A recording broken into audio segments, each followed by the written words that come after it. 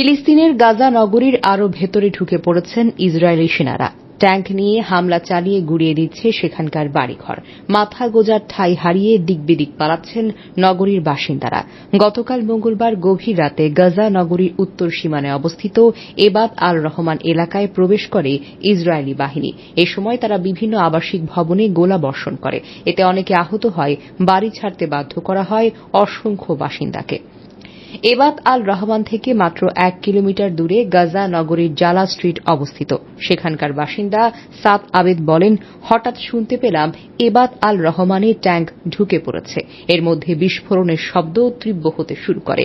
দেখি মানুষজন আমাদের এলাকায় পালিয়ে এসেছে। যুদ্ধবিরতি না হলে আমাদের বাড়ির সামনে ট্যাঙ্ক দেখতে পাব। ইসরায়েল জানিয়েছে তারা গাজা নগরীতে নতুন করে অভিযান শুরুর প্রস্তুতি নিচ্ছে। তাদের দাবি, হামাসের শেষ ঘাঁটি সেখানে অবস্থিত। অপরদিকে উপত্যকাটি প্রায় 22 লাখ মানুষের অর্ধেকই এখন সেখানে বসবাস করছেন। হামলার কারণে ইতোমধ্যে হাজার হাজার মানুষ এলাকা ছেড়েছেন। তবে নগরীর খ্রিস্টান সম্প্রদায়ের নেতারা বলেছেন তারা সেখানেই অবস্থান করবেন, কারণ গাজা নগরী ছেড়ে দক্ষিণ দিকে পালানোর চেষ্টা মৃত্যুদণ্ডের শামিল।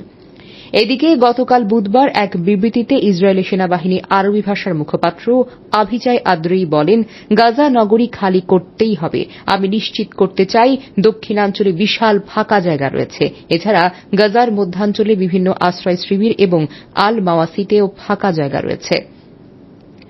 যুক্তরাষ্ট্রের বিশেষ দূত স্টিভ উইটকফ বলেছেন, গাজা নিয়ে আজ হোয়াইট হাউসের একটি বৈঠকে মার্কিন প্রেসিডেন্ট ডোনাল্ড ট্রাম্পের সভাপতিত্ব করার কথা রয়েছে। তিনি জানান, এ বছরের মধ্যেই ফিলিস্তিনে চলমান ইসরায়েলের যুদ্ধের মীমাংসা হবে।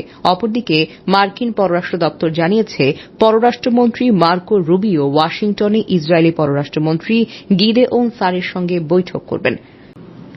এমন আরও খবর পেতে জেড টিভিকে সাবস্ক্রাইব করে পাশেই থাকুন।